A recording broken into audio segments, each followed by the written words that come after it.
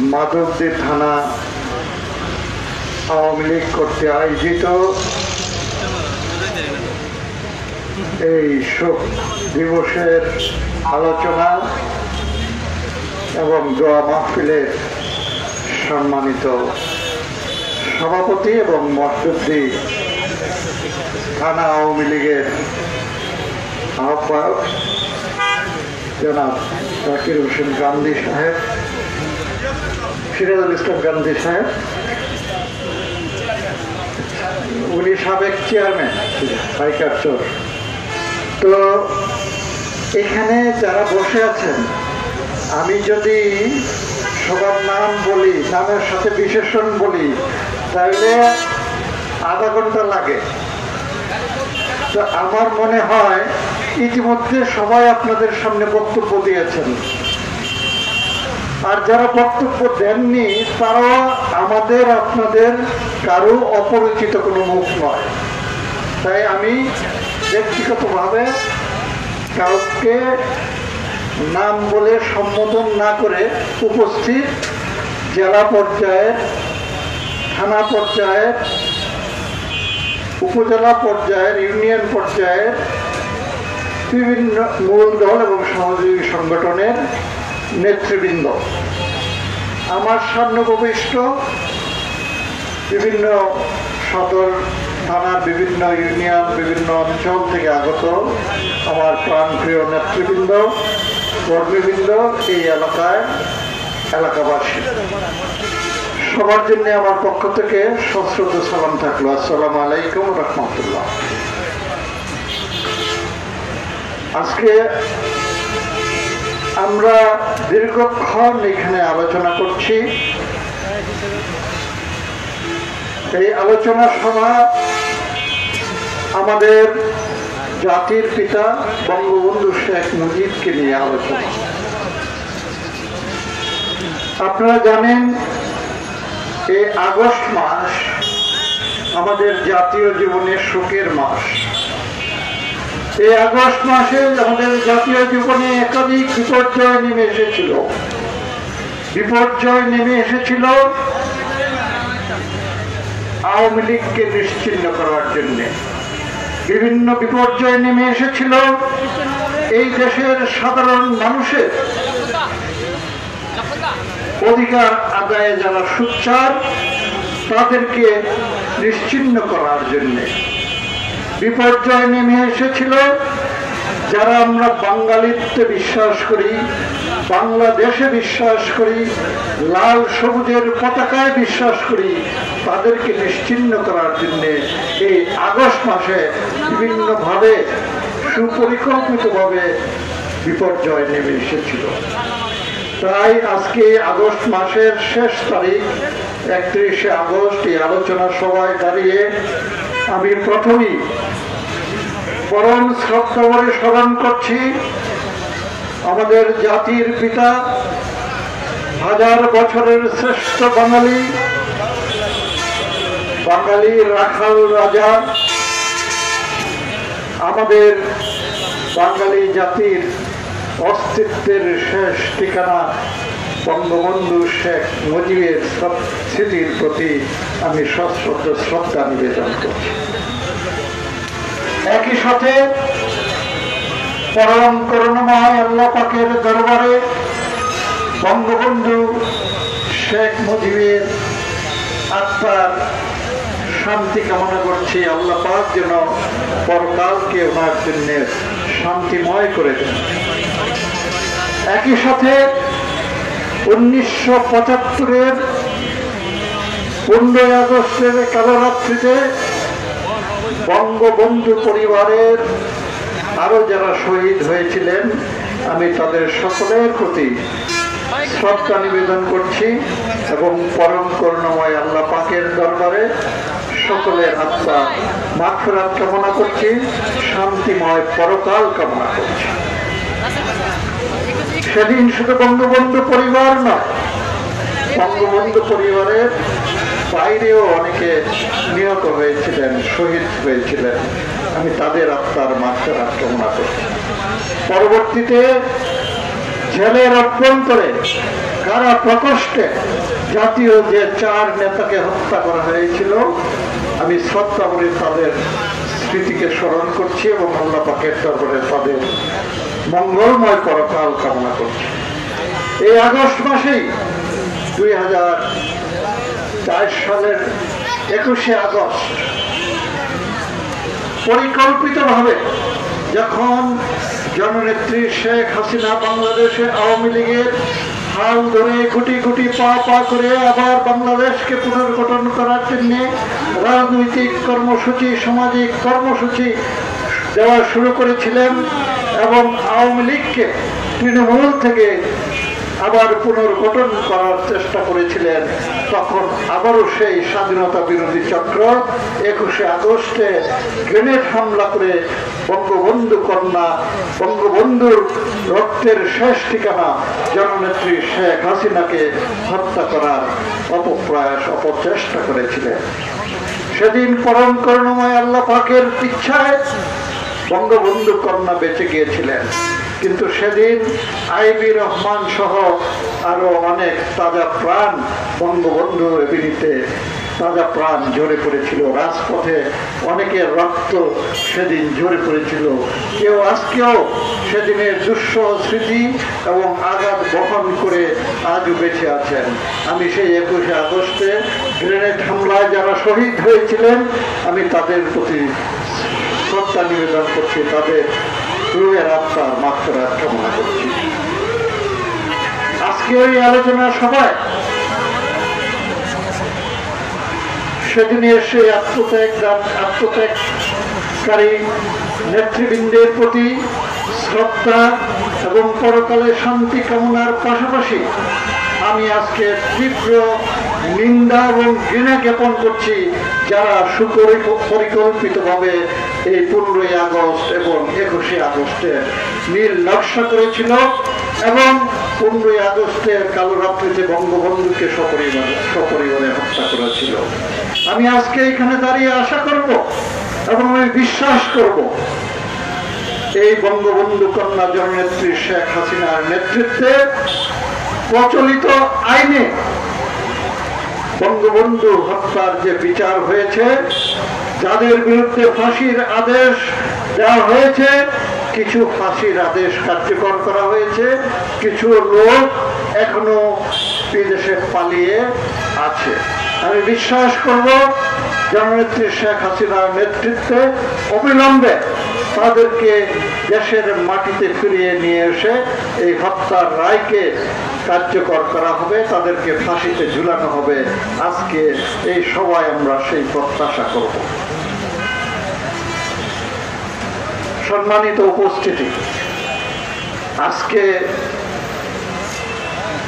এই 15ই আগস্ট যখন আসে তখন আমরা কি দেখতে পাই? সকালে ঘুম থেকে উঠে ঘুম ভাঙে বঙ্গবন্ধুর ভাষণ শুনে, আর রাত্রে আবার ঘুমাতে যেতে হয় বঙ্গবন্ধুর ভাষণ শুনে।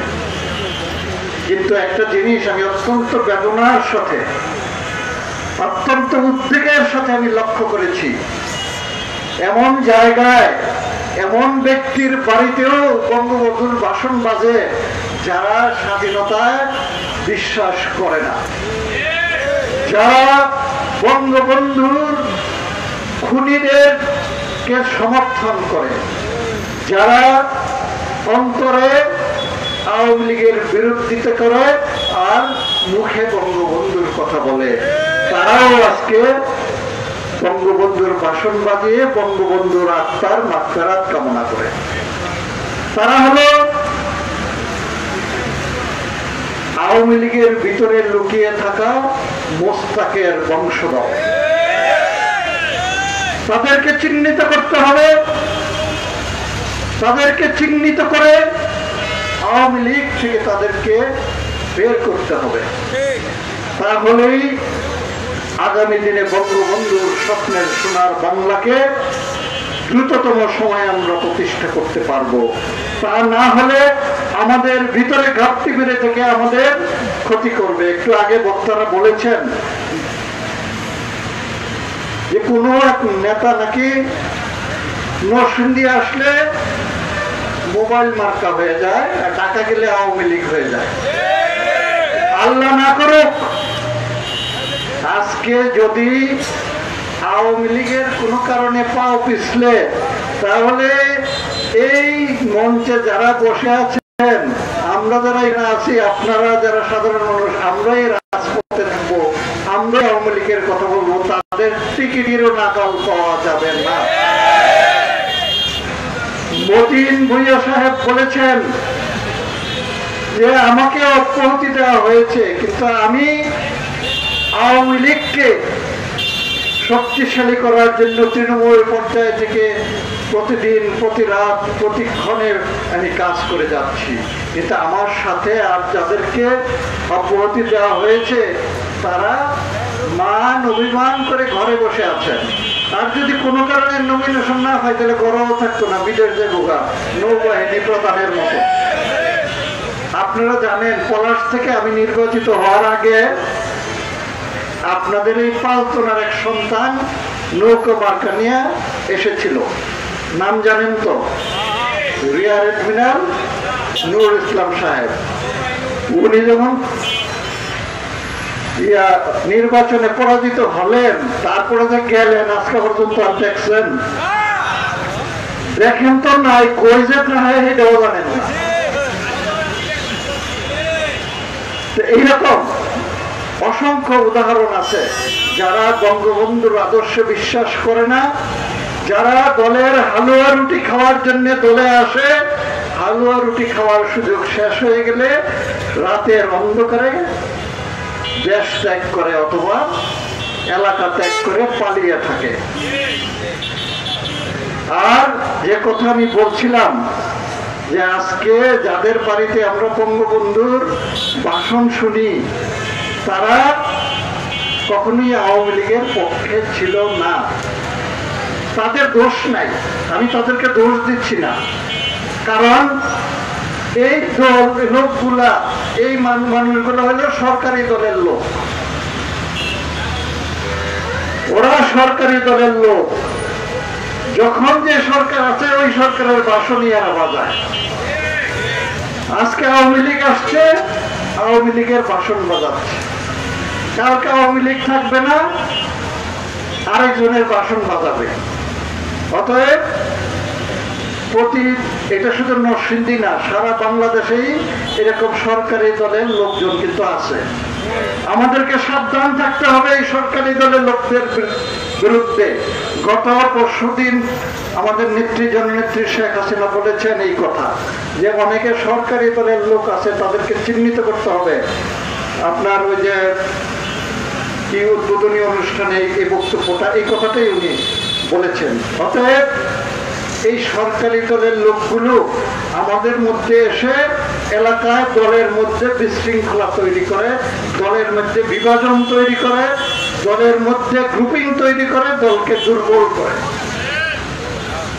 এই আওয়ামী লীগ, আমি যদি নরসিংদী 2 নির্বাচনী এলাকার কথা বলি, তাহলে এখানে আওয়ামী লীগের ভোট ছিল 20,000, 25,000-এর বেশি না, 15,000, 16,000 ভোট আওয়ামী লীগ পাইছে নরসিংদী 2 নির্বাচনী এলাকা থেকে।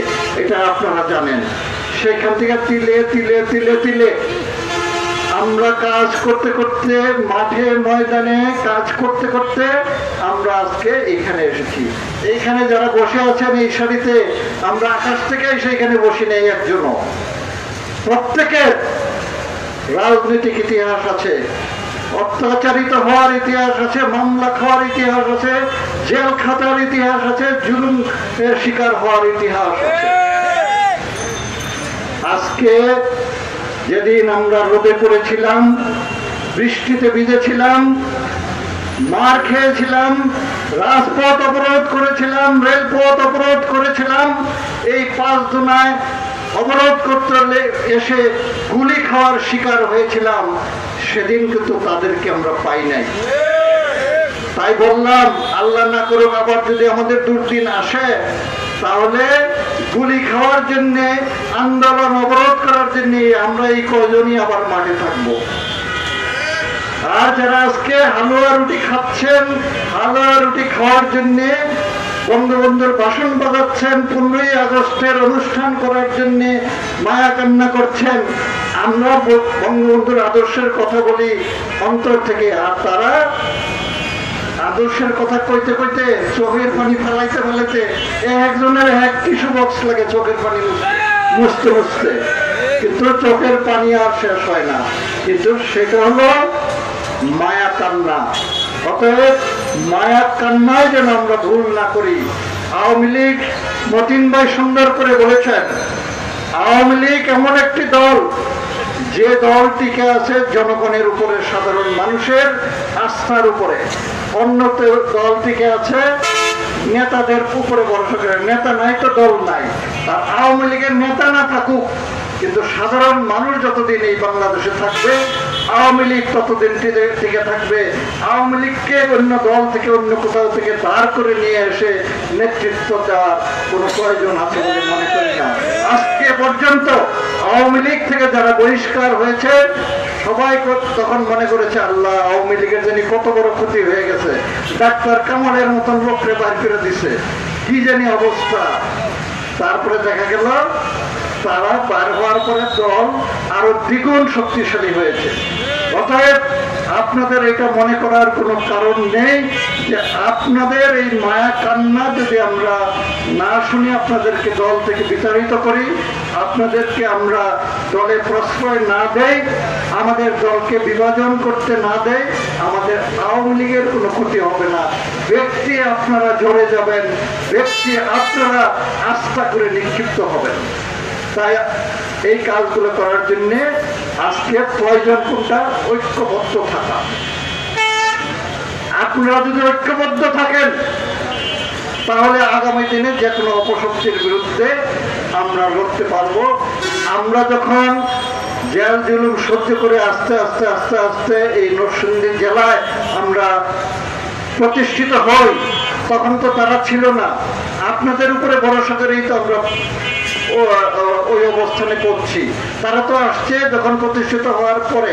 অতএব আমরা এটা প্রমাণ করতে পেরেছি যে সাধারণ মানুষকে সাথে নিয়ে আন্দোলন, সংগ্রাম এবং ঐক্যবদ্ধ থেকে কাজ করার মাধ্যমেই আওয়ামী লীগ প্রতিষ্ঠিত হতে পারে।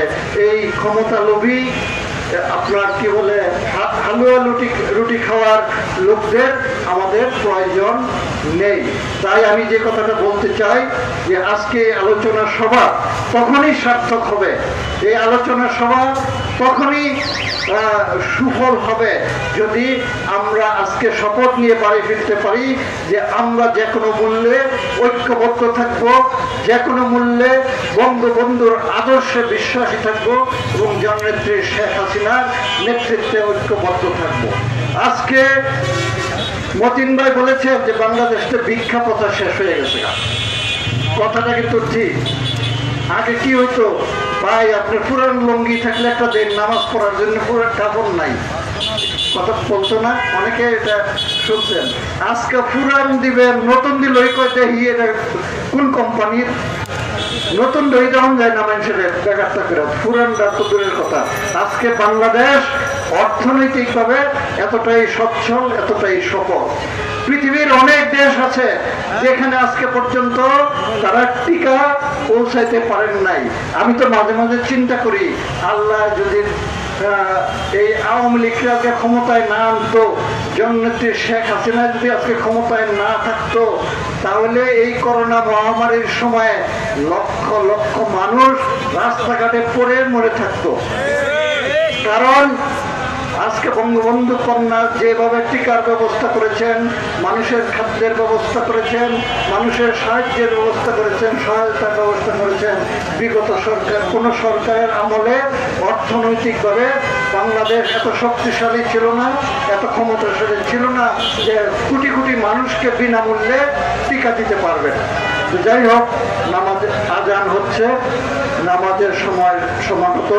আমি আমার বক্তব্যকে আর বাড়াবো না। সবশেষে আপনাদের সবাইকে অনুরোধ করব, আপনারা সবাই স্বাস্থ্যবিধি মেনে আপনারা জীবনযাপন করবেন। হয়তো অযথা বাইরে ঘোরাফেরা করে আপনারা এই মহামারী কালে আমাদের দেশে যাতে আবার কোনো নতুনভাবে সংকট তৈরি না হয় সে ব্যাপারে সজাগ থাকবেন। তো সবাই ভালো থাকেন, সবাই সুস্থ থাকেন, সবাই দীর্ঘজীবী হন, এই আশাবাদ ব্যক্ত করে আবারও বঙ্গবন্ধু আত্মার প্রতি শ্রদ্ধা জানিয়ে এবং মঙ্গলময় পরকাল কামনা করে আমি আমার সংক্ষিপ্ত বক্তব্য শেষ করছি। খোদা হাফেজ। জয় বাংলা, জয় বঙ্গবন্ধু। ধন্যবাদ প্রিয় নেতা জনাব আলহাজ ডাক্তার আনোয়ারুল আশরাফ খান দিলীপ মহোদয়কে। সংগ্রামী সাথী ও বন্ধুগণ, এখন সমাপনী বক্তব্য দিবেন আমাদের সংগ্রামী আহ্বায়ক জনাব সিরাজুল ইসলাম চেয়ারম্যান। প্রিয় নেতৃবৃন্দ, এরপরে দোয়া হবে, দোয়ার পরে আপনাদের জন্য তবারকের ব্যবস্থা আছে। যারা যেখানে বসে আছেন সেখানেই বসে থাকবেন। আমাদের সকল স্বেচ্ছাসেবক, ছাত্রলীগ, যুবলীগ